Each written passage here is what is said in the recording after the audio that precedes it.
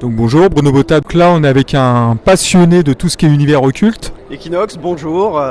Du coup moi j'ai une chaîne qui parle d'ésotérisme et de démonologie, tout ce qui concerne vraiment le paranormal, l'angéologie. Peux-tu nous dire d'où te vient cette passion justement ? Je sais pas vraiment. Plus jeune, ça m'avait un peu intéressé. Puis comme j'étais déjà en train de faire des vidéos sur YouTube, avant je faisais de la fiction et je voulais faire des vidéos plus simples en étant seul. Et j'avais un livre qui s'appelait Le Traité de démonologie. Et je me suis dit, je vais faire un Pokédex des démons. Parce que les démons, on en voit un peu partout, mais on ne sait pas trop d'où ils viennent. On les voit dans la culture, on voit Behemoth, Léviathan, tout ça. Mais au final, qui sont-ils, tout ça ? Et moi, j'ai commencé à parler, à raconter leur histoire, en fait, dans les légendes, les différentes mythologies. Et voilà, et je me suis un peu étendu. J'ai commencé à parler des anges, des yokai japonais, du paranormal de manière générale. Parler vraiment de l'histoire, d'où ça vient, comment on les pratique. D'accord, merci. Alors, as-tu eu des expériences paranormales justement ?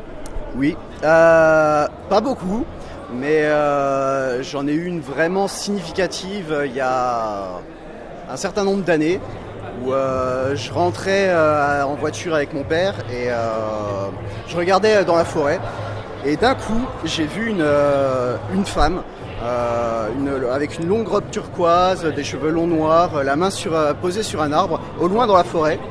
Et puis en 2 secondes elle a disparu. Je sais pas si j'ai halluciné, si quelque chose, mais voilà, c'est vraiment le seul truc vraiment significatif où je me suis dit ok, ce serait un peu bizarre d'avoir imaginé ça avec autant de détails d'un coup en étant complètement conscient. Du coup voilà. Je te remercie. Peux-tu nous donner ton avis sur les Dames Blanches ? Je pense que c'est possiblement des fantômes qui sont morts sur la route. Oui. Et qui veulent prévenir en fait les gens qu'il peut y avoir un accident justement dans cet endroit. Et voilà. D'accord. Merci. Y a-t-il un cas paranormal qui t'a vraiment passionné ? Pas plus que ça en vrai. Je regarde un peu, mais le problème c'est que l'esprit est capable de faire tellement de choses, de nous faire voir tellement de choses que bien souvent, c'est complètement explicable scientifiquement, ça relève de la psychologie, de l'inconscient. Ok. Alors dans les démons, y a-t-il un démon que tu préfères ? S'il y a un démon que tu devais retenir ? Pas trop. Après, on va dire que j'ai une certaine affection pour Satan, mais en fait, c'est vraiment pas l'image que la plupart des gens ont. Parce que pour moi, par exemple, Satan est différent de Lucifer, différent de Belzébuth, tout ça. Et pour moi, c'est un peu le bon bouc émissaire qu'on a mis devant tout le monde pour tous les problèmes humains surtout, et de l'Église. D'accord. Alors que finalement, on voit par exemple Cernunnos et Pan, qui ont exactement un peu les mêmes propriétés, qui étaient juste des divinités de la nature, de la vie tout simplement. Et bon, avec l'arrivée du christianisme, non, c'est le diable. Voilà. Alors que penses-tu de l'univers des anges ? C'est très intéressant. Après, c'est beaucoup plus compliqué de se renseigner.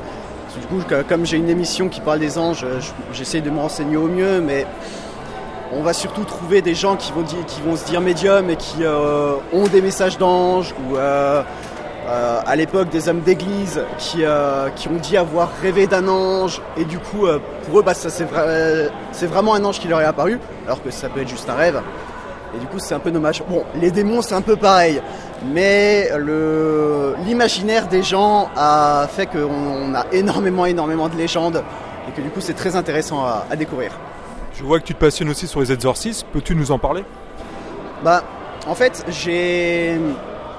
il y a longtemps, j'ai voulu être prêtre exorciste. Et du coup, ça m'intéressait vraiment de voir un peu comment ça se passait. Bon, c'est beaucoup plus compliqué que ça. J'ai fait une vidéo là-dessus. Mais ça reste quelque chose de quand même très intéressant. On a beaucoup plus maintenant d'exorcistes en France. Il y en a d'ailleurs un par diocèse, voire plus.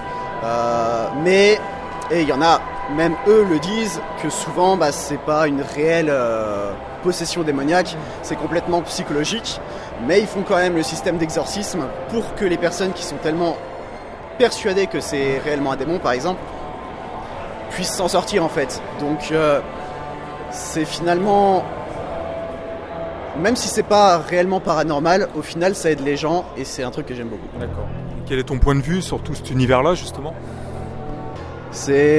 Ça m'intéresse beaucoup. Après, j'ai mes propres croyances qui évoluent avec ce que j'étudie. Parce que je suis pas quelqu'un qui va, par exemple, être dans une église et croire aveuglément tout ce qu'on va lui dire. Je fais mes recherches, j'ai mes interprétations, mes avis.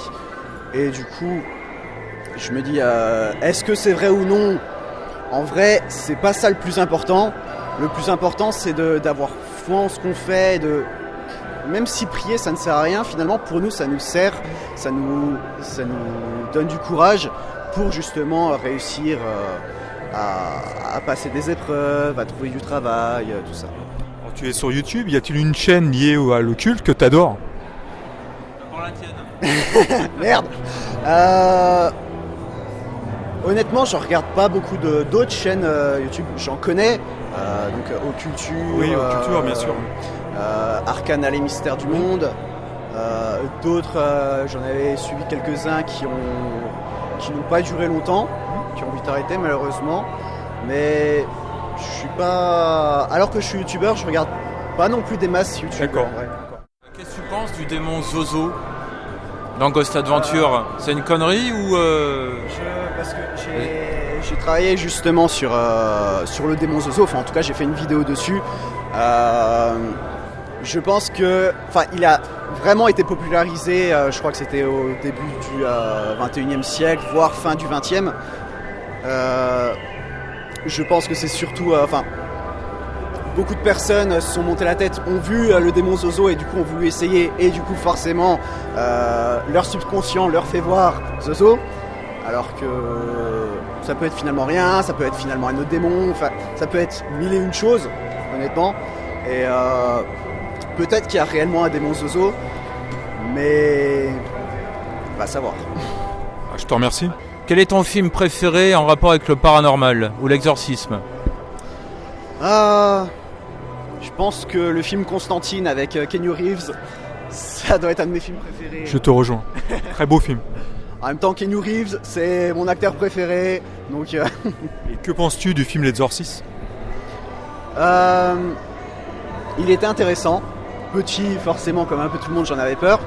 Après, je trouve ça dommage parce que, après avoir revu récemment, il y a quelques années quand même, le film L'Exorciste, en voyant le démon qu'on voit surtout dedans, Pazuzu, en fait, on se rend compte que finalement, c'est pas le démon qui a possédé la petite fille.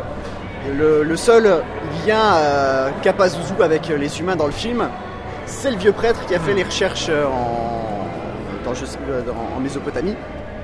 Alors que finalement, Pazuzu, honnêtement pour moi, ce n'est pas celui qui a possédé la petite fille dans le film. Et on peut dire tout ce qu'on veut avec non mais dans le 2, le 3, tout ça, ils ont dit que oui, sauf que ce n'est ni le même réalisateur, ni le même scénariste, ça n'a rien à voir. Donc c'est un peu dommage que une entité a été complètement...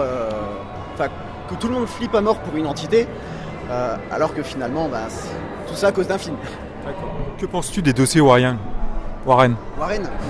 Je pense qu'ils ont peut-être aidé beaucoup de gens, mais qu'il y a aussi beaucoup de choses dont ils se sont servis pour leur notoriété, pour gagner de l'argent. Après, tant qu'ils ont aidé des gens, c'est quand même bien. Mais on ne connaît pas l'envers de tous les décors. Et que penses-tu du film Annabelle ? Lié à l'univers des Warren, justement. J'avais seulement commencé et je l'ai trouvé vraiment nul, donc... D'accord. Et que penses-tu de ce cas-là, justement, Annabelle ? Pas grand-chose, parce que le cas d'Annabelle, je me suis jamais vraiment renseigné dessus, ça m'a jamais vraiment intéressé. D'accord. Je te remercie pour cette interview.